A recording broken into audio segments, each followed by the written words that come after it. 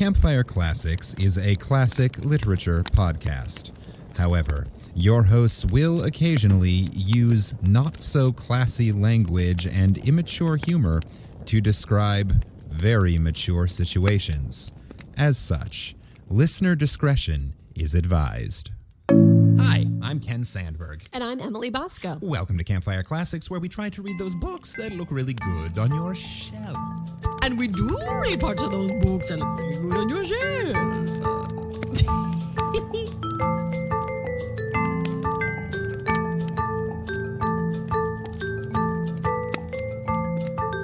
Thank you, campers, for joining us this week. Apparently, it is Funny Voice Week. It is. I don't know how deep into the episode this would go, so if it sounds irritating to you, you may just want to fast forward and hope that we're speaking in a normal voice later. I like this. It's giving drunk Mrs. Doubtfire. Well, thank you, dear. And I very much enjoy it. Thank Which is you, why I dear. had to imitate it. The intonation. But watch your tongue. A lady should never call out another lady for drinking. True. Sorry. It's not polite. I'm sorry I outed you, Mrs. Doubtfire. Don't worry about it. Already forgotten.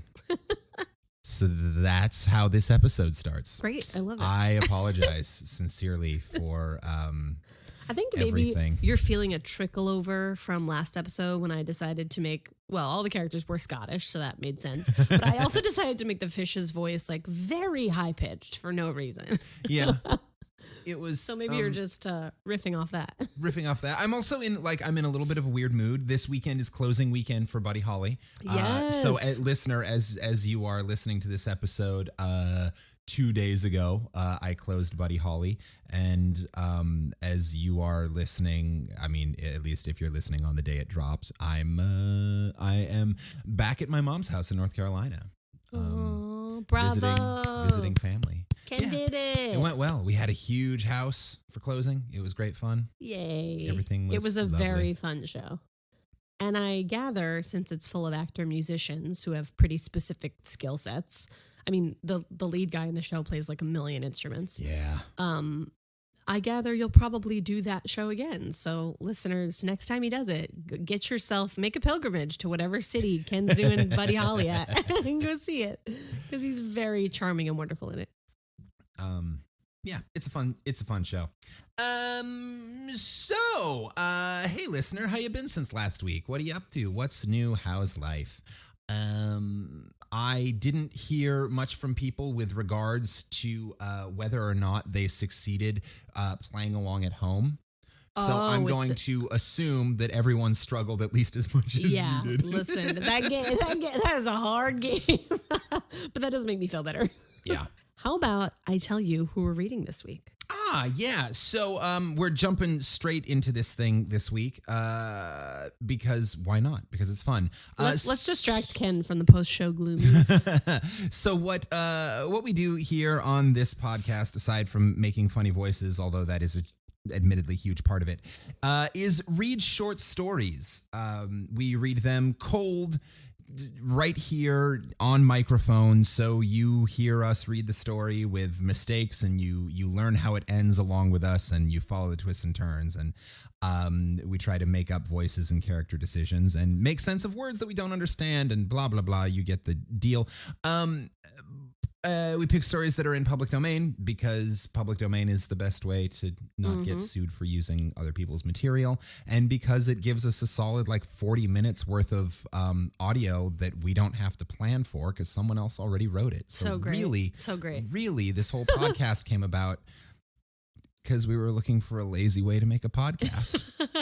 But this week, Emily has a story for me to read. But first, she's going to give some fun facts that will hopefully give a little bit of context to whatever it is I will be reading. Another key component of the podcast, I don't know if you mentioned, was accidental or on purpose dick jokes. And so in the spirit of this, I have chosen Philip K. Dick as our author this week. No, that's this not, week. The author is why. the dick joke. Yeah, that's not why, but it was just a fun happenstance tie-in. So Philip K. Dick pretty big pop culture bigwig, which I didn't even realize until I was researching him. He is someone whose work has been enjoyed, at least in adaptation form, by pretty much all of us, probably, even though we didn't even know it. So his books and stories have been adapted for film almost as much as the legend Stephen King. So Philip K. Dick wrote Blade Runner and its sequel, that one I knew, but he also wrote Total Recall, which I didn't know, the 1991 with Schwarzenegger, and then they also made it in 2012 with Colin Farrell. Minority Report, which is one of my favorite Tom Cruise movies. Like, Minority Report is in the rotating roster of movies that my family watches over and over and over. So that one I have special love for. And A Scanner Darkly, which I haven't seen. And Scanner Darkly, that's got a bunch of people in. Like, that's got is that Keanu one new? Reeves and it's not okay. super new. They were all names that I recognize except that one. A Scanner Darkly is an animated Richard Linklater script from 2006. And it's got Keanu Reeves, Robert Downey Jr., Woody Harrelson, Winona Ryder. It's a cartoon? Yeah, I mean, it's animated. Oh, okay. Listeners, you can look it up, but I see. It's very humanistic sketches. Yeah. Oh, I actually think that it was filmed and they animated over they like rotoscoped animation over the film. It looks like that Take On Me video, how it like switches to animation halfway through, and it looks like they kind of put a filter over just like real people. Yeah. I mean, it actually, what it looks like is the whole thing was shot using the Instagram animate me filter. Exactly. Well, very cool. I'll have to watch that. Anyway, Scanner Darkly. Yeah. Yeah. And then I think probably the most recent one is The Man in the High Castle, which is a show I have not watched, but I've heard many good things about. Oh, yeah. It's a series on Amazon. I think so. It's One of them streamers. Services. That looks, it's one of those speculative alternative history things. It's what if the Nazis had won World War II? Yes. Yeah, sort of what's his name? Tarantino-ish in that way. So all of those things are based on works by Philip K. Dick. So he's definitely more permeated into the pop culture than I thought. He wrote 44 novels and about 121 short stories. Lazy fucker. Crazy. Most of which appear in science fiction magazines during his lifetime. And of these, 13 are currently in the public domain. Yay! Sweet! We're so lucky. So Philip was born 6 weeks premature with his twin sister, and she actually died 6 weeks later, like right around the due date that they originally should have been born on. I know. And so this, I think, in his work, like this seems to have seeped into his mind in some way, because the idea of a phantom twin is like regularly pops up in his work. Which is interesting. And a fun fact about him is that in elementary school, his lowest grade, which was a C, was in the class written composition. So kids at home, this is just further proof that if you have a passion for something and you love to do it, don't let some dummy tell you that you can't do it, because, you know, you could be a famous author who got a C in written composition. I feel like a similar things to that have happened with a couple of our authors, where like they were mediocre students, and where they really struggled was with their their composition teachers. I love hearing stories like that, or like of someone whose manuscript for their first book was like an assignment for grad school, and they got like a C on it, but then it was a very popular published novel. So like when it counted, they got an A.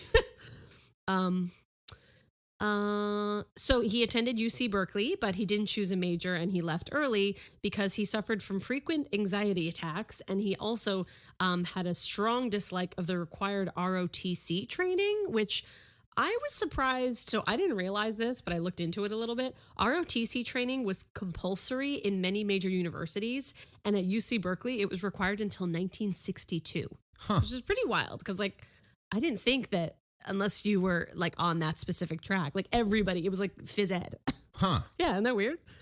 But well, I guess, and I get, it makes sense that at least for men, that until the draft was that's true, was no longer active, that they also would be doing that. Yeah, but apparently at UC Berkeley, student protests were the thing that eventually led to the end of this practice, which is pretty cool. Good for them. So in 1951, Philip K. Dick sells his first story when he's 22. about, and I quote, I love this premise, a dog who imagines that the garbage man who comes every Friday morning was stealing valuable food which the family had carefully stored away in a safe metal container.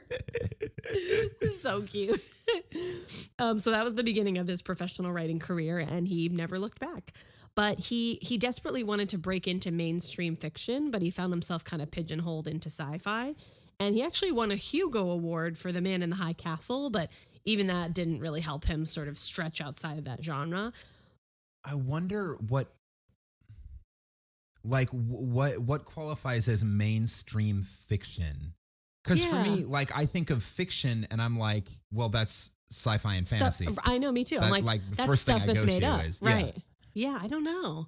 Which I realize is not true because, like, Pride and Prejudice is fiction. Like anything that is a novel is fiction. Right. But no, that is true though. I tend to think of, I guess because in my brain, like when you're little, you learn how to make that delineation. Like fiction is not true, nonfiction is true. So you just think like, well, what are things that couldn't possibly be true? And then my mind goes to the fantastical. Mm-hmm. So I always think of like I would say, Harry Potter, Lord of the Rings, like that stuff is, well, I guess that's fantasy, not science fiction, but that's pretty mainstream stuff. So yeah, it's okay, Philip K. Dick. It's okay. It's also I think public perception of science fiction has changed a lot. Yeah, I think that's true. Yeah, you're right. Because the next thing I have here is that in science fiction, he was looked at as a genius, but the mainstream literary world was still like unappreciative. So yeah I guess that makes sense. Philip strongly believed in the presence of supernatural forces, and he described himself as an acosmic panentheist, which means he believed that the universe was only an extension of God himself. It's pretty. It reminds me of I feel like a lot of our authors. What was that word? Psychical. The one like last or 2 stories ago. Where it was 2 weeks ago. Yeah, where it was like this. He belonged to the psychical school, and he was like studying supernatural stuff or mediums and stuff. Yeah. But yeah, after reading the works of Plato on the idea of metaphysical realms, Philip Dick decided that the world is not entirely real and there's no way to actually confirm whether it is truly there. Now, and I'm like, very cool. He did also experience what doctors called hallucinations, which is probably a side effect of his heavy pill usage. So like, it's, I don't know, part of it I think was probably a genuine belief system. And I think part of it was Philip was taking some happy pills. He was perhaps incorrectly medicated. Yes, exactly. I think his grasp on reality could sometimes be tenuous. But hey, it gave us some of the most awesome fiction ever. Yeah. And he described these episodes to a friend by saying, quote, I experience an invasion of my mind by a transcendentally rational mind, as if I had been insane all my life and suddenly I had become sane. Which is... So he was taking pills and they gave him what felt like moments of clarity. Yeah, exactly. He tried to stay mostly out of politics, but he did show some anti-Vietnam and anti-governmental sentiments, which sort of makes sense. In 1960, like a lot of artists. Yeah, exactly. In 1968, he joined an anti-war pledge to not pay any more U.S. federal income tax, which resulted in the IRS confiscating his car. Sure. That'll happen. He paid for that one. He died of a stroke in 1982, and he was buried next to his twin sister, which apparently had always been the plan because both of their names had been carved side by side into the tombstone when she had been buried 53 years earlier. Oh, wow. Yeah, so it's like, I don't know, there's something kind of nice and full circle about that. Like, came in together, went out together. Knew they were going to go out together. Yeah, but many years apart, so the story you'll be reading this week was published in Planet Stories, September 1952. And throughout research, we have been unable to uncover a copyright. So I think we're good. Great. This is Philip K. Dick's short story, The Gun. Let's start this fire.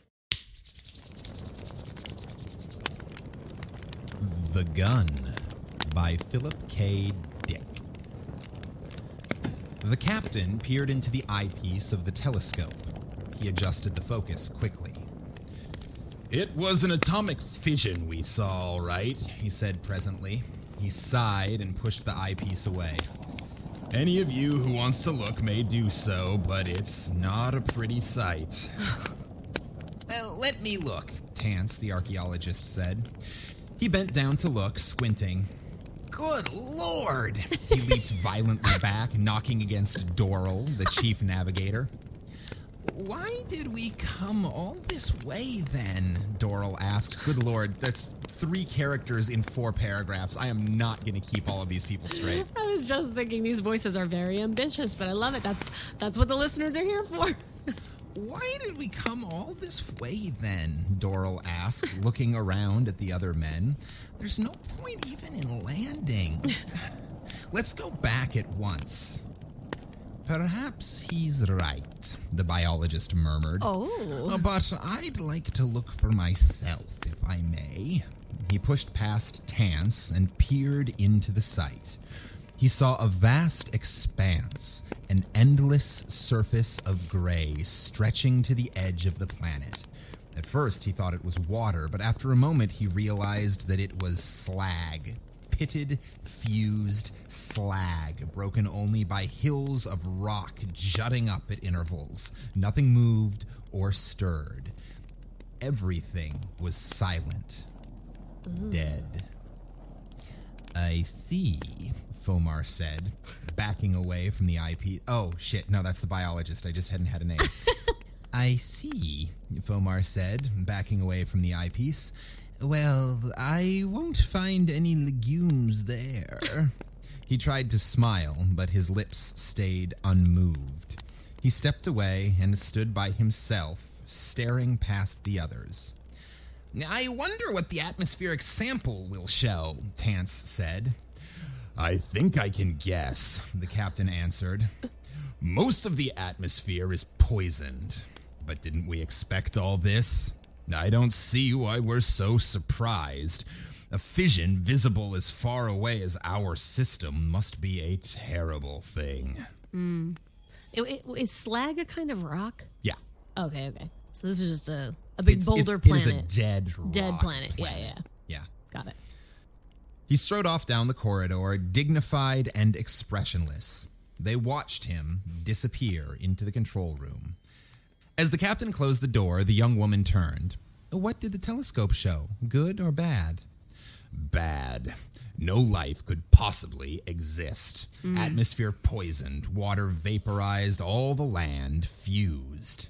Could they have gone underground?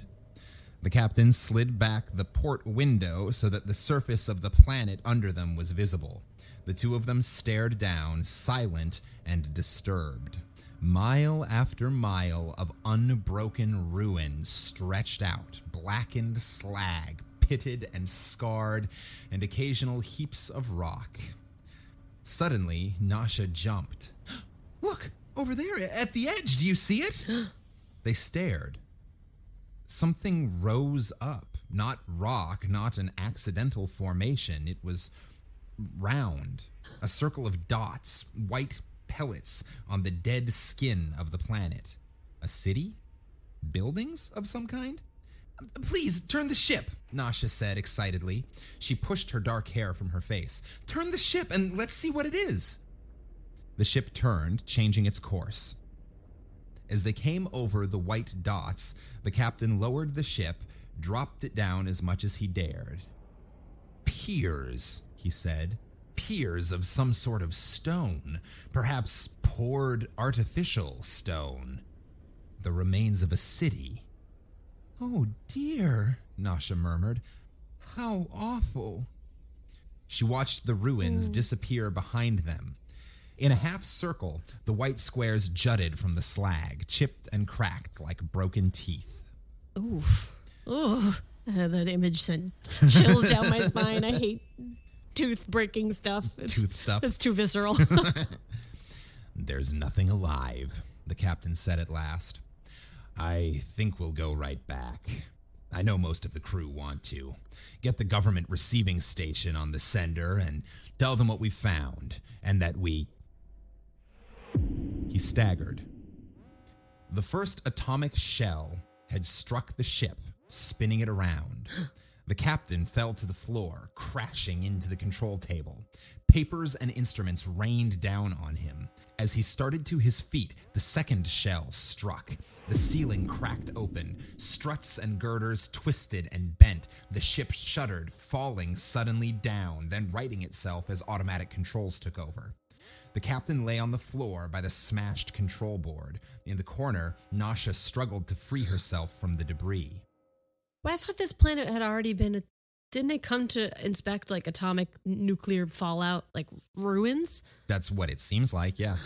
There was some sort of major... But now they're being like rebombed. Yep. Oh my God. Now the ship is getting attacked. Oh my God. Outside, the men were already sealing the gaping leaks in the side of the ship, through which the precious air was rushing, dissipating into the void beyond. Fuck, what did Doral sound like? I think they all had kind of high, whiny voices. Doral was like the baby one. Help me! Yeah. Doral was shouting. Fire over here! Wiring ignited! Two men came running. Tance watched helplessly, his eyeglasses broken and bent. So, there is life here after all, he said, half to himself. But how could... Give us a hand, Fomar said, hurrying past. Give us a hand. We've got to land the ship. It was night. A few stars glinted above them, winking through the drifting silt that blew across the surface of the planet. Doral peered out, frowning. What a place to be stuck in. He resumed his work, hammering the bent metal hull of the ship back into place. He was wearing a pressure suit. There were still many small leaks, and radioactive particles from the atmosphere had already found their way into the ship. Nasha and Fomar were sitting on the table in the control room, pale and solemn, studying the inventory lists. Low on carbohydrates, Fomar said. We can break down the stored fats if we want to, but I wonder if we could find anything outside. Nasha went to the window. How uninviting it looks. She paced back and forth, very slender and small, her face dark with fatigue. What do you suppose an exploring party would find? Fomar struggled. Not much. Maybe a few weeds growing in cracks here and there. Nothing we could use. Anything that would adapt to this environment would be toxic. Somehow I think he's right. Right about the second part, not about the first part. Which part? Right that anything they would find would be very toxic, but wrong that there's nothing there. Oh, yeah. Well, I mean, clearly there's something. Somebody Yeah. bombed them. Yeah. Nasha paused, rubbing her cheek. There was a deep scratch there, still red and swollen. Then how do you explain it? According to your theory, the inhabitants must have died in their skins, fried like yams. But who fired on us? Somebody detected us, made a decision, aimed a gun, and gauged distance, the captain said feebly from the cot in the corner. He turned toward them. That's the part that worries me. The first shell put us out of commission. The second almost destroyed us. They were well aimed. Perfectly aimed. We're not such an easy target. True, Fomar nodded. Well, perhaps we'll know the answer before we leave here. What a strange situation. All our reasoning tells us that no life could exist. The whole planet burned dry, the atmosphere itself gone, completely poisoned. The gun that fired the projectiles survived, Nasha said. Why not people? It's not the same. Metal doesn't need air to breathe. Metal doesn't get leukemia from radioactive particles. Metal doesn't need food and water. There was silence. A paradox, Nasha said. Anyhow, in the morning, I think we should send out a search party, and meanwhile, we should keep on trying to get the ship in condition for the trip back. It'll be days before we can take off, Fomar said. We should keep every man working here. We can't afford to send out a party. Nasha smiled a little. We'll send you in the first party. And maybe you can discover, what was it you were so interested in? Legumes. Edible legumes. That's a really fun word. Legumes. Yeah. Yeah. Peanuts. Our legume. Yeah. Yeah. Peanuts are not nuts. They are legumes. They're beans. Oh, yeah, beans. Yep. I love lentils.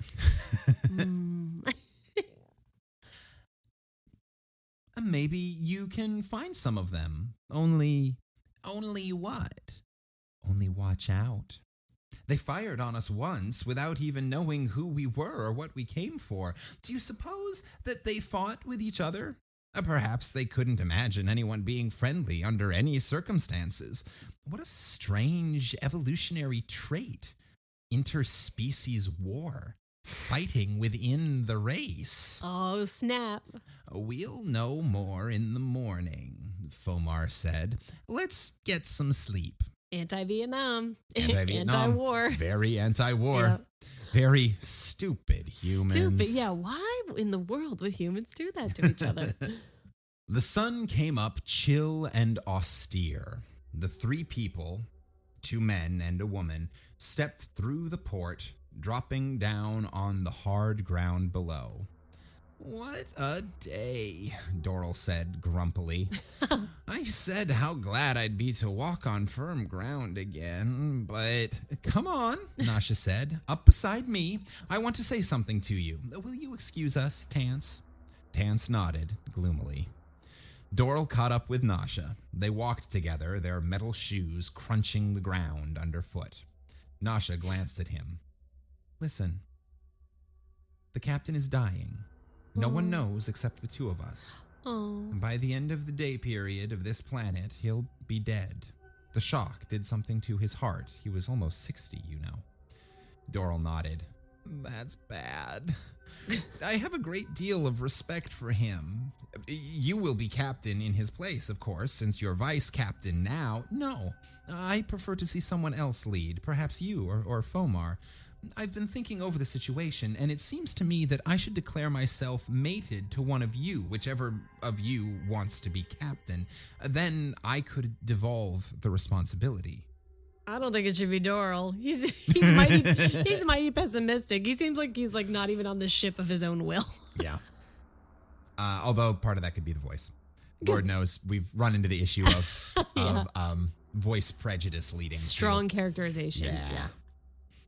Well, I don't want to be captain. Let Fomar do it. There you go.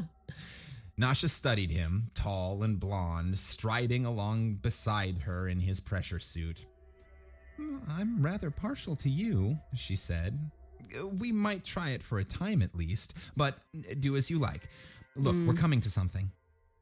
You know what that makes me think of? It makes me think of what you were saying the other day about the Lord of the Rings. It was something like, I forget what part of the movie I was talking about, but it was something like anyone who wants to be, about how like Aragorn is such an, I'm losing all my words. The reason Aragorn makes a good leader is because he doesn't want to be. Yes. He doesn't want to be in charge. Yes, exactly. You were saying that he's such an unwilling king, such a reluctant king, and that's a good quality in a leader. So I'm kind of like, well, I mean, I think it might be more troubling if Doral was like, yes, I want to be captain. I want to be captain. Yeah, let me be captain. Right. Let me be captain. It probably is good that he doesn't want the power. Maybe make him a good captain. Makes me think Nasha is the person who should be captain because she's next in line. Yeah. And still is saying like, no, someone else should do it. I wonder if this is going to be a commentary on gender. Let's see. Look, we're coming to something. They stopped walking, letting Tance catch up. In front of them was some sort of a ruined building. Doral stared around thoughtfully. Do you see? This whole place is a natural bowl, a huge valley. See how the rock formations rise up on all sides, protecting the floor? Maybe some of the great blast was deflected here. They wandered around the ruins, picking up rocks and fragments. I think this was a farm, Tance said, examining a piece of wood. This was part of Tower Windmill. Really? Nash took a stick and turned it over. Interesting. But let's go. We don't have much time. Look, said Doral suddenly. Off there, a long way off. Isn't that something? He pointed. Nasha sucked in her breath. The white stones. Oh? What? Oh? Nasha looked up at Doral. The white stones, the great broken teeth. We saw them, the captain and I, from the control room. She touched Doral's arm gently. That's where they fired from. I didn't think we had landed so close. What is it? Tance said, coming up behind them. I'm almost blind without my glasses. What do you see? The city they fired from. Oh. All three of them stood together. Well, let's go, Tance said. There's no telling what we'll find there. Doral frowned at him. Yeah. Wait. We don't know what we would be getting into. They must have patrols. They probably have seen us already, for that matter. They probably have seen the ship itself, Tance said. They probably know right now where they can find it, where they can blow it up. So what difference does it make whether we go closer or not? That's a good point. That's true, Nasha said. If they really want to get us, we haven't a chance. We have no armaments at all, you know that. I have a hand weapon, Doral nodded. Well, let's go on then. I suppose you're right, Tance. But let's stay together, Tance said nervously. Nasha, you're going too fast. Nasha looked back. She laughed. If we expect to get there by nightfall, we must go fast. They reached the outskirts of the city about the middle of the afternoon. The sun, cold and yellow, hung above them in the colorless sky. Doral stopped at the top of a ridge overlooking the city. Well, there it is. What's left of it? There was not much left. The huge concrete piers which they had noticed were not piers at all, but the ruined foundations of buildings. They had been baked by the searing heat, baked and charred almost to the ground. Nothing else remained, only this irregular circle of white squares, perhaps 4 miles in diameter. Doral spat in disgust. More wasted time. A dead skeleton of a city, that's all. But it was from here that the firing came, Tance murmured. Don't forget that. And someone with a good eye and a great deal of experience, Nasha added. Let's go. They walked into the city between the ruined buildings. No one spoke. They walked in silence, listening to the echo of their footsteps. It's macabre, Doral muttered. Now, I've seen ruined cities before, but they died of old age and fatigue. This was killed, seared to death. The city didn't die, it was murdered. I wonder what the city was called, Nasha said. She turned aside, going up the remains of the stairway from one of the foundations. Do you think we might find a signpost, some kind of plaque? She peered into the ruins. There's nothing there, Doral said impatiently. Come on, wait. Nasha bent down, touching the concrete stone. There's something inscribed on this. What is it? Tance hurried up. He squatted in the dust, running his gloved fingers over the surface of the stone. Letters, all right. He took a writing stick from the pocket of his pressure suit and copied the inscription on a bit of paper. Doral glanced over his shoulder. The inscription was, Franklin Apartments. That's this city, Nasha said softly. That was its name. Tance put the paper in his pocket, and they went on. After a time, Doral said, Nasha, I think we're being watched, but don't look around. Ooh. The woman stiffened. Oh? Why do you say that? Did you see something? No, I can feel it, though. Don't you? Nasha smiled a little. I feel nothing, but perhaps I'm more used to being stared at. Oh my God, I was She turned literally her- just going to say that. I was like, women are always have men's eyes on them. So they're just like, yeah, whatever. Oh! Doral reached for his hand weapon. What is it? What do you see? Tance had stopped dead in his tracks, his mouth half open. The gun, Nasha said. It's the gun. Look at the size of it. The size of the thing. Doral unfastened his hand weapon slowly. That's it, all right. The gun was huge, stark and immense. It pointed up at the sky, a mass of steel and glass set in a huge slab of concrete. Even as they watched, the gun moved on its swivel base, whirring underneath. The slim vane turned with the wind, a network of rods atop a high pole. It's alive, Nasha whispered. It's listening to us, watching us. Whoa. The gun moved again, this time clockwise. It was mounted so that it could make a full circle. The barrel lowered a trifle, then resumed its original position. But who fires it? Tance said. Doral laughed. No one. No one fires it. They stared at him. What do you mean? It fires itself. They couldn't believe him.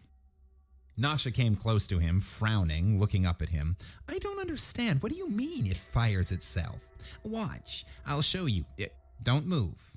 Doral picked up a rock from the ground. He hesitated a moment and then tossed the rock high in the air. The rock passed in front of the gun. Instantly, the great barrel moved. The veins contracted. The rock fell to the ground.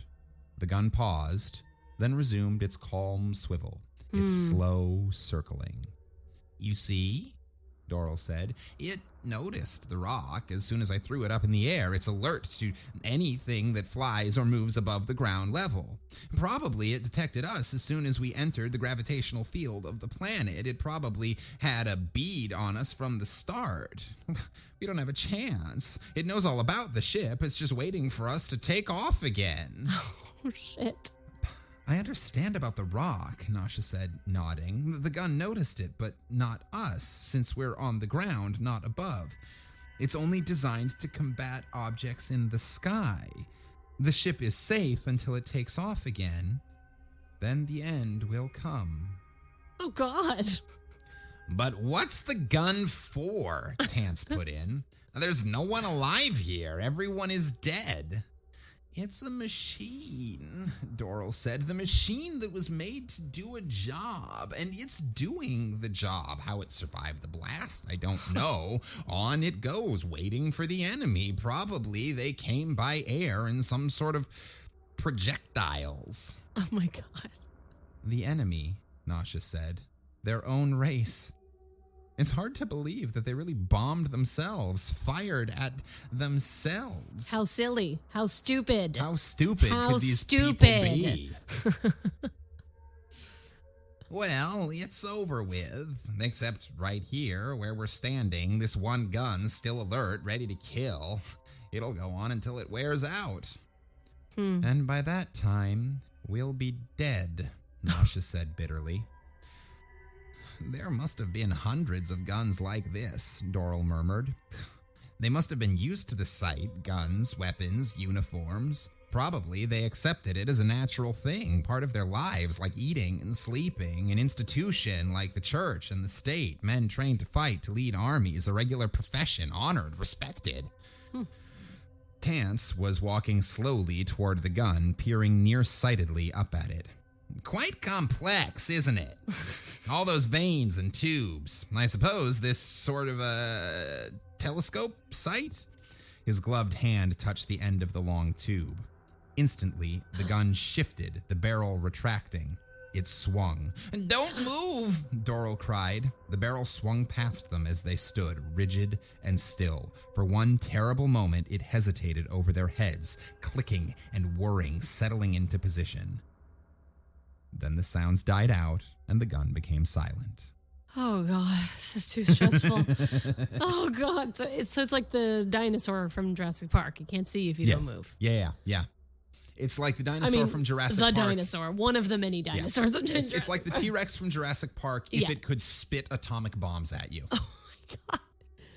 It's so scary. It is making me think of, because it said it had veins. Yeah.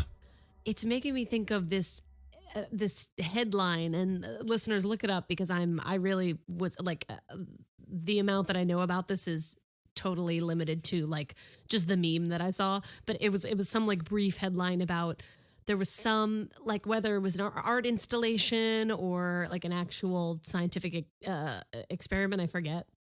But it was like a machine that was, and I think it was supposed to be like a commentary on AI. And like, it was this machine that would like, it was designed to like leak hydraulic fluid, and the hydraulic fluid was red. And then like its arm would reach out and scoop it back to itself to like keep going. And basically like you would just watch it do that until enough hydraulic fluid leaked out that it would stop. And like the caption underneath was like, not this motherfucking machine making me cry. Like, because it's like this, you know, sort of like you get very sad watching it, but like you're not watching anything alive. It's a machine. It was an art installation. I remember reading an article about it too, because I remember reading an article about it because eventually it was unable to keep it dies. up. Yeah, it just dies. It died, and an article came out when it finally it was like, well, it lost too much. It lost too much fluid. Too much blood. It's done now. And it was very much. It was commentary on like we're just trying to. We're all just keep trying ourselves to together. Yeah. Yeah. It was so interesting, but it's making me think of that, like this gun that has life force, like.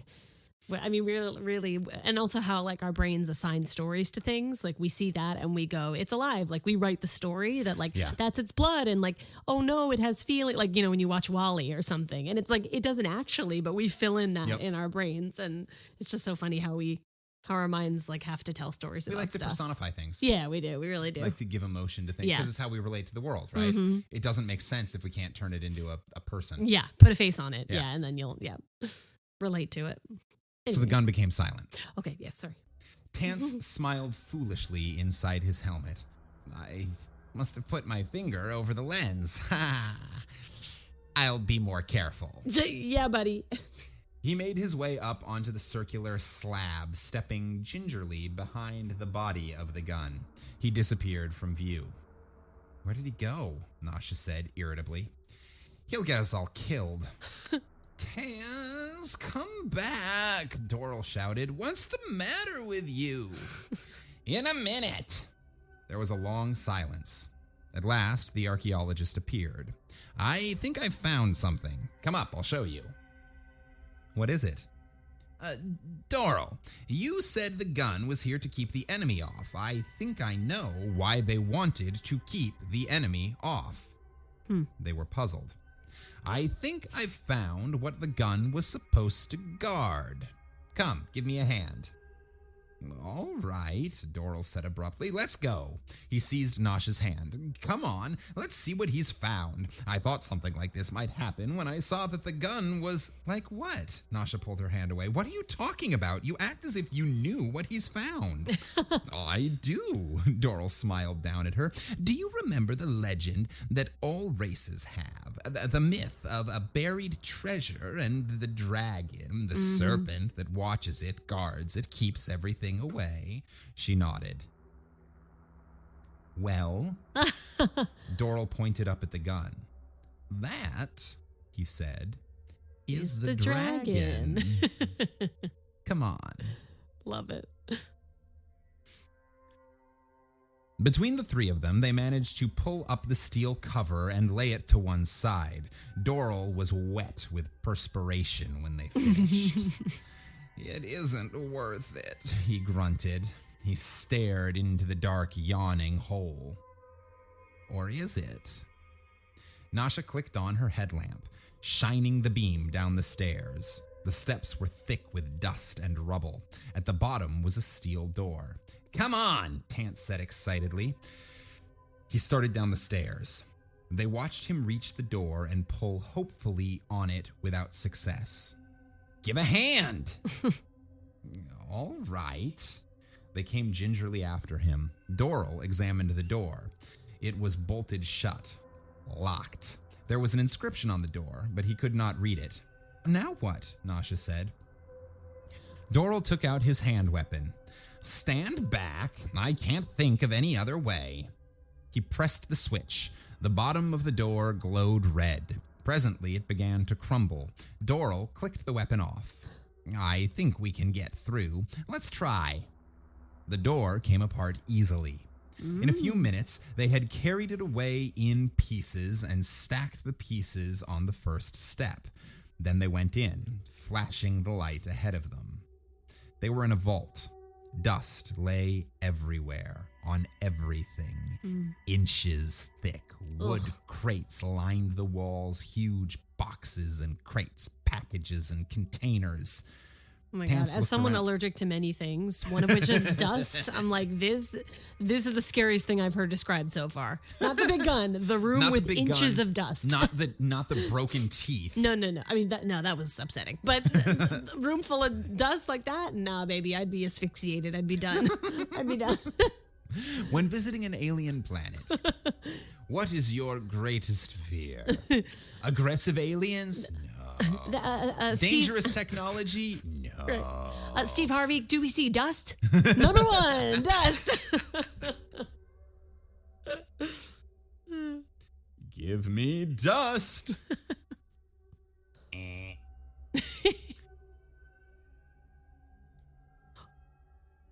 What's going to happen? I don't know. I forgot where I am. I'm trying to find it again. You've got us in suspense.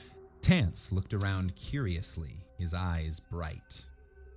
What exactly are these? He murmured. Something valuable, I would think. He picked up a round drum and opened it. A spool fell to the floor, unwinding a black ribbon. He examined it, holding it up to the light. Look at this! They came around him. Pictures, Nasha said. Tiny pictures. Records of some kind. Tance closed the spool up in the drum again. Look, hundreds of drums. He flashed a light around. All those crates. Let's open one. Film? That's the treasure? It's a hipster planet. Huh? A hipster planet. It's the hipster planet. Well, I assume that this planet is Earth. Yeah. Like, right? Yeah. That. Sorry, listeners, if you hadn't gotten there yet, but I assume you have. I feel like our listeners are a little more clever than. Oh, yeah. A cut above the average podcast yes, consumer. I think so. Yeah, I would assume. we're on Earth. Yeah.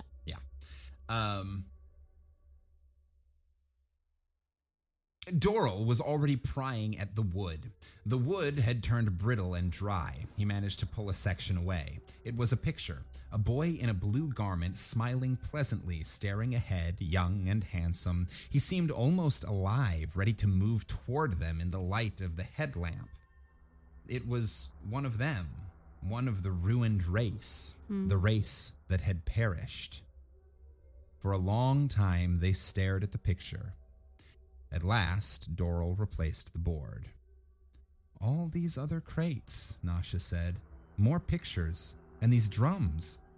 What are in the boxes? This is their treasure, Trance said, almost to himself. Here are their pictures, their records. Probably all their literature is here. Their stories, their myths, their ideas about the universe. And their history, Nasha said. We'll be able to trace their development and find out what it was that made them become what they were. Oh, God, Doral heartbreaking. was wandering around the vault. Odd, he murmured. It is weird to think that, like...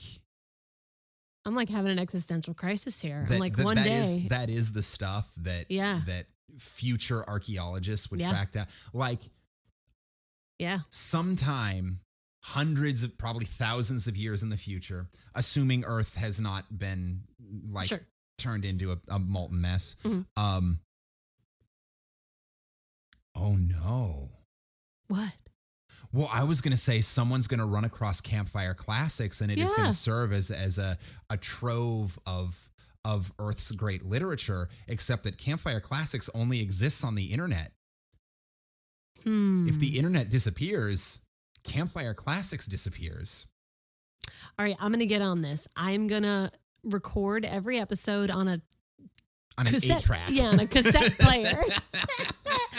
so that my great, great, great, great, great grandchildren can listen to this. All right. And hear their great, great, great, great, great, great grandma. Hi, I love you. I hope you exist. And I hope we didn't leave you with a world that's like a boiling hellscape. But, you know, if you're listening, then probably not. You're probably okay. Either that or you've just adapted really well. In which case, you go, girl. You go. Doral was wandering around the vault. Odd, he murmured. Even at the end, even after they had begun to fight, they still knew someplace down inside them that their real treasure was this, their books and pictures, their myths. Even after their big cities and buildings and industries were destroyed, they probably hoped to come back and find this after everything else was gone. When we can't get back home, we can agitate for a mission to come here, Tance said. All this can be loaded up and taken back. We'll be leaving about... He stopped. Yes, Doral said dryly. We'll be leaving about 3-day periods from now. We'll fix the ship, then take off. Soon we'll be home, that is, if nothing happens. Like being shot down by that... Oh, stop it, Nasha said impatiently. Leave him alone. He's right. All this must be taken back home, sooner or later. We'll have to solve the problem of the gun. We'll have no choice. Doral nodded. What's your solution, then? As soon as we leave the ground, we'll be shot down. His face twisted bitterly. They've guarded their treasure too well. Instead of being preserved, it will lie here until it rots. It serves them right. Honestly, preach. Like, humans are dumb. We are. That's the truth. Although I do, from the descriptions before, they said Nasha's face had gone pale or gone dark with exhaustion, and she pushed her dark hair away from her face. So the only thing we know about these creatures narrating physically are that they walk and they have faces and hair, right? Yeah. But I'm like, well, I was picturing them as people, but now I'm like, are they like big frog creatures? Or what do they look like? They could very well be be anything. Like praying mantises with hair. Yeah, that's pretty cool. Yep. Praying mantis with hair and boobs. Oh, God. Nightmare fuel. Fan art. Oh. Let's see them green boobies. It serves them right. How? Don't you see? This was the only way they knew. Building a gun and setting it up to shoot anything that came along. They were so certain that everything was hostile. The enemy coming to take their possessions away from them. Well, they can keep them. Yeah, we're done. Nasha was deep in thought, her mind far away. Suddenly, she gasped. Doral, she said. What's the matter with us? We have no problem. The gun is no menace at all. The two men stared at her. No menace, Doral said. It's already shot us down once, and as soon as we take off again... Don't you see? Nasha began to laugh. The poor foolish gun. It's completely harmless. Even I could deal with it alone. You? Her eyes were flashing. With a crowbar. With a hammer or a stick of wood. Let's go back to the ship and load up. Of course, we're at its mercy in the air. That's the way it was made. It can fire into the sky, shoot down anything that flies, but that's all. Against something on the ground, it has no defense. Isn't that right? Doral nodded slowly. The soft underbelly of the dragon. Yeah. In the legend, the dragon's armor doesn't cover its stomach. He began to laugh. That's right. That's perfectly right. Yeah. Let's go then, Nasha said. Let's get back to the ship. We have work to do here. It was early next morning when they reached the ship. During the night, the captain had died and the crew had ignited his body according to custom. They had stood solemnly around it until the last ember died. As they were going back to their work, the woman and two men appeared, dirty and tired, still excited. And presently from the ship a line of people came, each carrying something in his hands. The line marched across the gray slag, the eternal expanse of fused metal. When they reached the weapon, they all fell on the gun at once with crowbars, hammers, anything that was heavy and hard. The telescopic sights battered into bits. The wiring was pulled out, torn to shreds. The delicate gears were smashed, dented. Yes. Finally, the warheads themselves were carried off and the firing pins removed. The gun was smashed, the great weapon destroyed. The people went down into the vault and examined the treasure. With its metal-armored guardian dead, there was no danger any longer.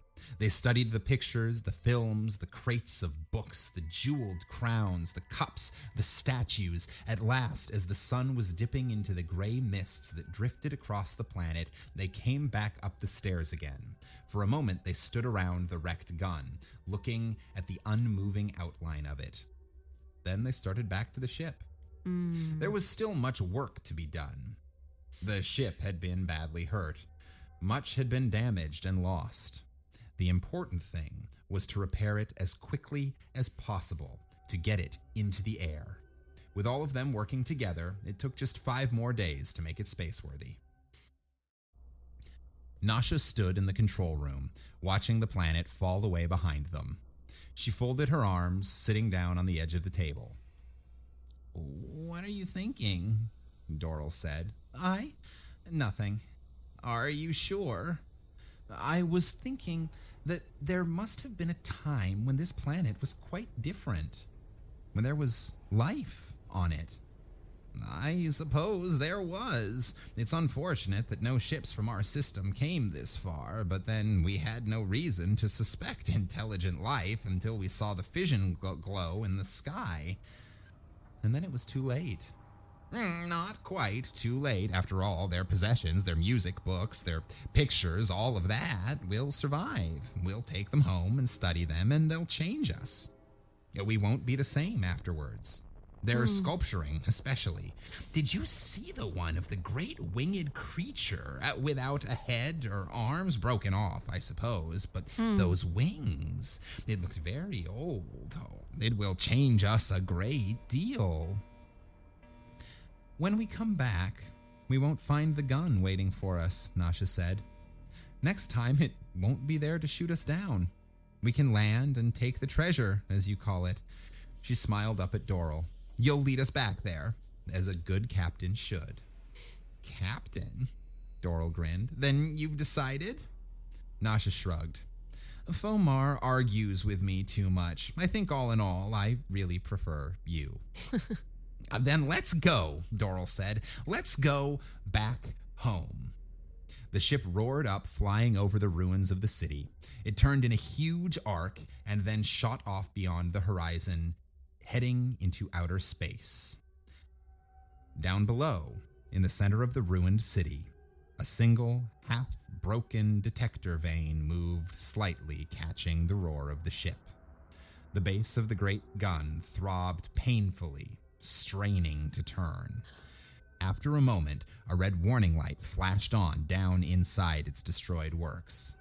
And a long way off, 100 miles from the city, another warning light flashed on, far underground. Automatic relays flew into action. Gears turned, belts whined. On the ground above, a section of metal slag slipped back. A ramp appeared. A moment later, a small cart rushed to the surface. The cart turned toward the city. A second cart appeared behind it. It was loaded with wiring cables. Behind it, a third cart came, loaded with telescopic tube sights. And behind came more carts, some with relays, some with firing controls, some with tools and parts, screws and bolts, pins and nuts. The final one contained atomic warheads. The carts lined up behind the first one, the lead cart. The lead cart started off across the frozen ground, bumping calmly along, followed by the others, moving toward the city, toward the damaged gun. Oh, The end. oh my God. I knew. I was like, these people think they are so smart. We'll just smash it up. I'm like, okay, humanity's dumb, but we're not that dumb. Something bad's gonna happen. Or worse, we're that dumb. Yeah, like, you're right. You're right. The gun, like it's self-repairing. Yeah. Well, because we're so good at making weapons, we're so good at destruction, and yet it was when Doral was talking about how like we would live on because our ideas would change the people who ingested them essentially, and that humanity would live on through them. That can never happen now because we're so obsessed with guarding and being the aggressor and. Oh God, what a great, totally anti-war story. It was really interesting given some of the fun facts that came up about his anxiety, his dislike of the military training he had to go through for ROTC and his war protests. Like all of that played huge in this story. Totally. And I love it when we get that when the fun facts happen to coincide, like you spot, that thing, that's where that came from. Yeah. I mean, there's certain through lines that authors just have a real bee in their bonnet about, and it shows up in all their works. But this one seemed particularly like, hello, humanity, this is a morality tale. Like, you are too obsessed with destruction. You are missing the fact that the thing that makes you beautiful gets like subsumed by this desire to destroy, your art, your culture, your ideas, all of that. Yeah. Oh man. So if you got to pick one thing that has been created by humanity that would go into now, and it's your one thing is not the only thing that's going in, but you get to pick one thing that is going to go in like a treasure trove, in a time capsule that is going to be what either humans for the future or, a more advanced alien race or whatever. This is going to be what helps them figure out what humanity is all about. What are you leaving? Oh God. I just teared up because the immediate answer is the Best of Dinah Washington CD, because my dad and I, because my father and I danced to that CD like every night of my childhood, and my ringtone on his phone is "I Could Write a Book," which is one of her songs. Oh, that's great. Okay, guys. Not me crying about a machine like that art installation. Not me. I literally was watching Ken with like my dog Lucy eyebrows, which are just like very concerned, upturned eyebrows, when he was like, and they smashed it to bits, and the whole part, and then the part where it's like the one vein throbbed and it struggled to live. I was like, oh, and then I was like, God damn it! Look at me proving their point. Got me caring about a gun. I care about this gun, and and not just a gun, a freaking nuke gun. Yeah, a gun that launches atomic bombs. I love stuff that that asks questions about AI. Like any story like that, I'm so interested in it. Which is, I mean, definitely why my family watches Minority Report every 4 days, but. Well, it's just so interesting. That's a huge theme for him, because that's like that is what Blade Runner or Do Androids Dream of Electric Sheep, which is the book that it's based on. Like that's what it's about. Yeah. That is the thing that it's talking about. What makes them any different than if you guys haven't read Never Let Me Go, that's another great book that deals with this. They made it into a movie with Carey Mulligan and Keira Knightley and Andrew Garfield, like 2010 maybe. Like they're all pretty young in it. But it's a really great, it's a great sort of dystopian novel where like those three are the main characters, and it's like people are bred basically as like organ like factories, so that they just like get harvested, and like it's a world where cancer and like most diseases have been eradicated because they just take parts from these people and then they die. So they're like kind of human, kind of not human, but they are human, and then they just get used for their body parts and they die young. It's really interesting, and it asks all those questions of like, what is it? Talks like a duck, looks like a duck, quacks like a duck. What makes it not one? So it's interesting. First of all, spot on. Yes, 2010. 2010? Yep. Oh, damn, I'm good. And dear listener, if you want to read the book, it's the same title as the movie. Never Let Me Go, written by Sir Kazuo Ishiguro. Yes. Kazuo Ishiguro, yes. Yeah, great, cool. You pronounce it better than I do. I couldn't remember it before, but yes. But yes. he is yeah, he's a sir. Knighted He's British so fucking novelist. cool. Who was born in Nagasaki, and moved to Britain when he was 5, and has since been knighted. Yeah. Very cool. Great. So, listener, same question. If you get to put one thing into a time capsule with a bunch of other stuff that is going to be used to teach either an alien race or our hopeful descendants about what life here was like, what's humanity all about, what are you going to put in that little time capsule? Well, and Ken, what's yours? A hard copy of this podcast. Yeah. Which it's such like a hard question. Well, which on the one hand sounds a little vain, and it is, because I want my voice to continue on, but also like there's a not insignificant part of me that's like, well, a hard copy of this podcast is going to give future people a sense of the stupidity of human sense of humor, completely, but also a wide variety of Earth literature. Edutainment. Edutainment. Yeah. So asking right now, yeah, it would probably be a hard copy of this. And I mean, of course, the version of this that you convert to 8-track. Yep. That's what I'm putting in. Love it. Well, and it makes sense, right? It's like something you love and care about, the thing you created. Of course, you want that to, Yeah. This is your baby. Yeah. I'm honored to be on it.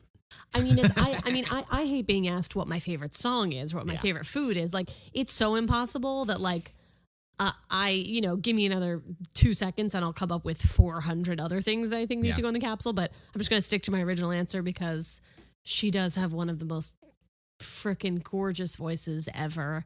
And those songs are about love and pain. And I mean, they're just wonderful. Yeah.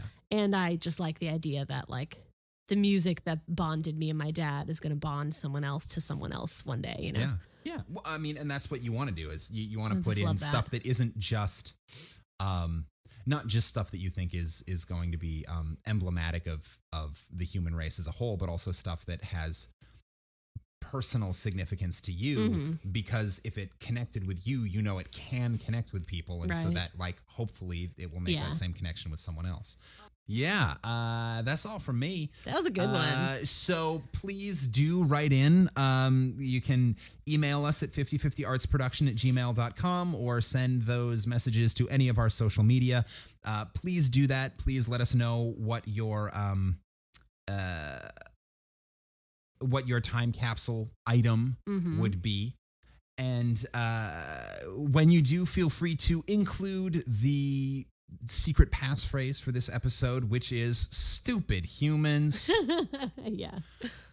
Also, please like, subscribe, share us with other listeners. Seriously, sharing us with other people is the best way you can, spread the news and help us out. So if you come back here week after week and listen and enjoy, telling other people it's a huge help to us. Like, I cannot overstate how it's the best. How much of a help that would be to just let someone else know. Then you'll have a friend to reference all the inside jokes with. Yeah. You'd be like, green boobies? Green boobies. That was a good episode. Yeah. So that's that. Write us a review if you haven't done that yet. All the usual podcast garbage that I'm bad at remembering to talk about. Anything before we sign off? Make love, not war. Make tea. Not. Period. Because tea's great. Just make tea. Tea's tasty. I'm going to go have some tea. End on that note. Until next week, this has been Campfire Classics, where we try to read those books that look really good on your shelf. Oh, that was a good one. Thank you. That was my NPR. Yeah. It really really good on your shelf. At the end.